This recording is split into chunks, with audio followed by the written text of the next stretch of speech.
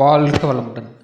அருட்பெயர் ஆற்றல் இரவும் பகலும் எல்லா நேரங்களிலும் எல்லா இடங்களிலும் எல்லா தொழில்களிலும் உறுதுணையாகவும் பாதுகாப்பாகவும் வழிநடத்துவதாகவும் நம் அனைவர் வாழ்விலும் அமையுமாக. அன்பர்கள் அனைவருக்கும் பாலாவின் இனிய வணக்கங்கள்.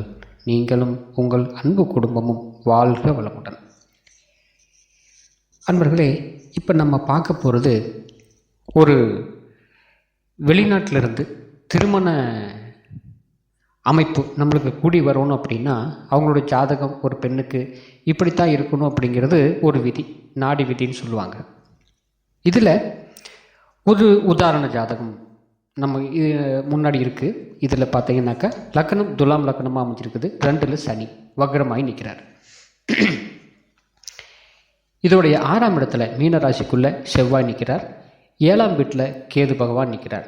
8ஆம் வீட்டில் சுக்கிரன் தன்னுடைய சொந்த வீட்டில் ஆட்சியாக இருக்கிறார். சூரியன் புதன் 9ஆம் வீட்டில் நிற்கிறாங்க. 11ஆம் பாவகத்தில் சந்திர பகவான் நிற்கிறார். 12ஆம் பாவகத்தில் குரு பகவான் நிற்கிறார்.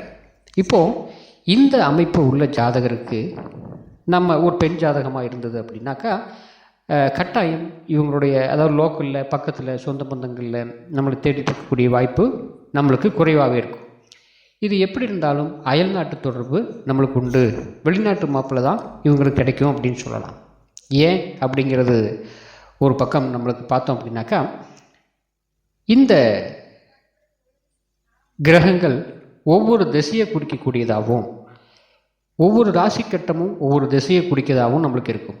இப்போது மேசம் பார்த்திங்கன்னா கிழக்கு திசையாகவும், ரிஷபம் தெற்கு திசையாகவும், மிதுனம் மேற்கு திசையாகவும், கடகம் வடக்கு திசையாகவும் நம்மளுக்கு அமையும். இப்போது இந்த 4 திசையும் நம்மளுக்கு அப்படியே மாறி மாறி வந்துட்டுருக்கும். மீண்டும் சிம்மத்திலேருந்து கிழக்கு திசை ஆரம்பிக்கும், மறுபடியும் கன்னிராசி தெற்கு திசையை ஆரம்பிக்கும், துலாம் ராசி மேற்கு திசையை ஆரம்பிக்கும், விருச்சிகம் வடக்கு திசையை ஆரம்பிக்கும். இந்த மாதிரி மாறி மீண்டும் ஒரு 4 ராசி, அதே போல் 4 ராசி கட்டங்களுக்கு. இப்படி இந்த ஒவ்வொரு திசையும் ஒவ்வொரு ராசி கட்டங்கள் எடுத்துகிட்டு இருக்கிறபடியாக ஒவ்வொரு திசைக்கு உண்டான இடமும், அதாவது மேசமும் சிம்மமும் ஒரே நேர்கோட்டில் இருக்கும். மேசம் சிம்மம் தனுசு இது 2ம் கிழக்கு திசையை குறிக்கக்கூடிய கிரகங்கள் அப்படின்னு சொல்லியிருப்பாங்க. இதை இன்றைக்கி எல்லாருக்கும் மேக்சிமம் ஜாதகம் தெரிஞ்சிருக்கு. எல்லோரும் இதில் தெளிவாக பார்க்குறதுக்கு இந்த சமயத்தில் அந்த அளவுக்கு கொஞ்சம் நம்மளுக்கு முன்னேற்றம் அதிகமாகவே வந்துருச்சுன்னு சொல்லலாம். அனைவருக்குமே ஜோதிடம் பரிச்சயமான ஒன்று. இதில் ஒன்றும் பெரிய விஷயமாக ஒரு ஜோசியர் சொல்லிட முடியாது அப்படிங்கிறது எல்லாத்துக்குமே தெரியும்.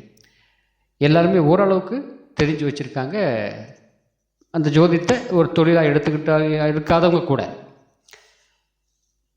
அதனால் இப்போ அவங்களுக்கு இந்த திசையை பற்றி பெருசாக ஒன்றும் விளக்க வேண்டிய அவசியம் நம்மளுக்கு இருக்காது. சரி, இப்படி இருந்தால் எப்படி இவங்களுக்கு எதனால் இந்த வெளிநாட்டு மாப்பிள்ளைன்னு சொல்கிறோம் அப்படிங்கிறத பற்றி ஒரு சின்ன விளக்கம். இப்போ செவ்வாய் அப்படின்னு சொல்லக்கூடிய ஒரு மங்களகாரகன் அப்படின்னு சொல்லக்கூடிய ஒரு கிரகம் வடக்கு திசையில் இருக்குது. கேது அப்படின்னு சொல்லக்கூடிய கிரகம் கிழக்கில் நிற்கிது. ராகு தெற்கில் இருக்குது. மற்ற பல திசை ராசிகளில் மற்ற கோள்களில் இருக்குதுன்னு வச்சுங்களேன். அப்போது இப்படி இருக்கும்போது செவ்வாய் கணவரை குறிக்கக்கூடிய கிரகம் இந்த பெண்ணுக்கு அப்படிங்கிறதுனாலையும், அதாவது இது நீர் ராசிக்குள்ளே இருக்கிறதுனாலையும் கணவர் வெளிநாட்டிலிருந்து வருவார் அப்படின்னு எடுத்துக்கலாம். இப்போ இது ஒன்று மட்டும் காரணம் இல்லை, நம்ம முக்கியமான காரணம் ஒன்று மட்டும் எடுத்துக்கிறோம். சரி, இதனால் கணவர் வெளிநாட்டிலிருந்து தான் வருவார். இப்போ கணவர் குறிக்கக்கூடிய செவ்வாய்க்கு 7ல் குரு, 2ல் கேது ப்ளஸ் சந்திரன் இருக்காங்க. ஏன்னா அந்த ஒரே நேர்கோட்டு கிழக்கு திசையில் பார்த்தீங்கன்னா கேது மேசத்துலேயும் சிம்மத்தில் சந்திரனும் இருப்பாங்க. கணவன் குறிக்கக்கூடிய செவ்வாய்க்கு 7ல் குருவும் 2ல் கேது சந்திரன் இருப்பாங்க. எனவே இவரோட கணவர் ஒளி மற்றும் மின்னணு தொடர்புள்ள நிறுவனத்தில் ஒரு கௌரவமான வேலையில் இருப்பாங்கன்னு சொல்லலாம்.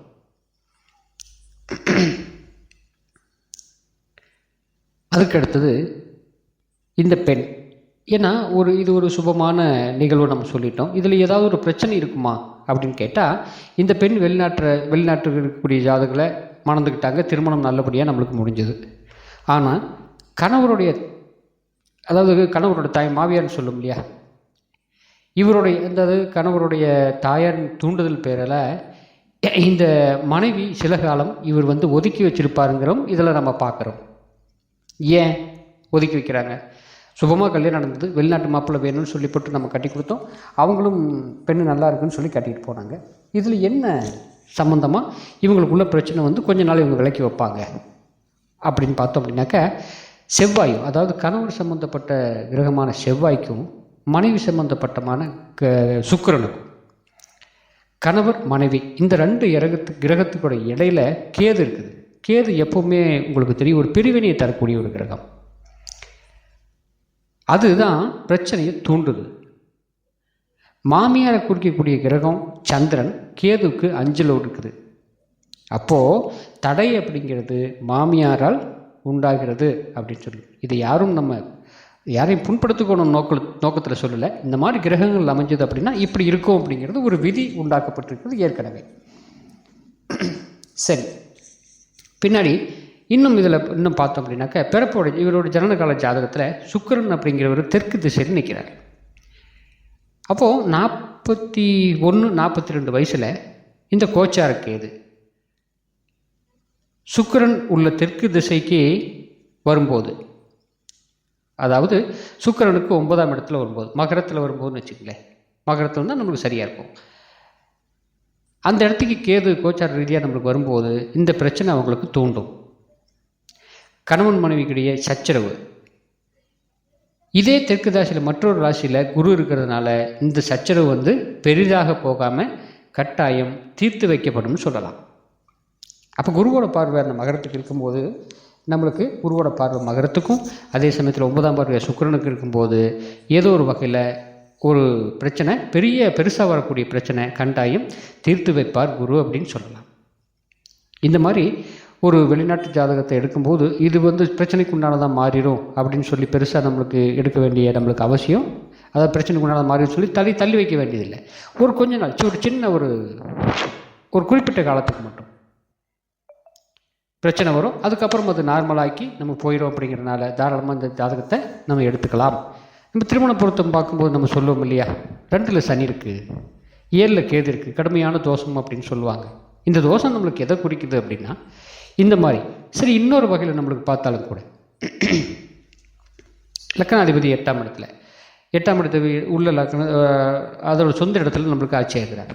கணவனுடைய மாங்கல்யத்தை குறிக்கக்கூடிய ஒரு கிரகம் 8ஆம் இடத்தில் நிற்கிறனால ஒரு சிறு பிரச்சனை நம்மளுக்கு உருவாகும். அது பெண் சம்பந்தப்பட்ட மூலியமாக உருவாகும் அப்படின்னு சொல்லலாம். இது ஒரு விதம். ஒவ்வொரு விதம் எப்படி சுற்றி பார்த்தாலும் இது அந்த பதில் அப்படிங்கிறது நம்மளுக்கு ஒன்று தான் கிடைக்கும், ஒரே மாதிரி தான் கிடைக்கும். எப்படி இருந்தாலும் கொஞ்ச நாள் ஒரு சிறு பிரச்சனையை இந்த ஜாதகர் கொஞ்சம் அனுபவிப்பார். இந்த பெண் கொஞ்சம் அனுபவிக்க வேண்டிய சூழ்நிலையில் அனுபவிச்சுட்டு தான் மீண்டும் வருவார், நல்ல குடும்ப வாழ்க்கையை அமைப்பார்னு சொல்லலாம். காரணம், குருவோட பார்வை கரெக்டான இடத்துல நமக்கு இருக்கிறது, இவங்களுக்கு கிடைக்கிறது. ஏன்னா 3-6க்கு உண்டான 12ஆம் இடத்துல நிற்கிறது யோகம். அந்த இடத்துக்கு இருந்து தான் பார்வையை மகரத்துக்கும் சுக்கிரனுக்கும் செலுத்தும் போது அங்கே இதோட தாக்கம் பெருசாக சண்டை சச்சரவு பெருசாக்காமல் நம்மளுக்கு குறைச்சிருது. அது மூலிமா இவங்க குடும்ப வாழ்க்கையை பெரிய பாதிப்பு இல்லாமல் கொண்டு போயிடுவாங்கன்னு சொல்லலாம். வாழ்க வளமுடன். மீண்டும் அடுத்த பதிவில் பாலா.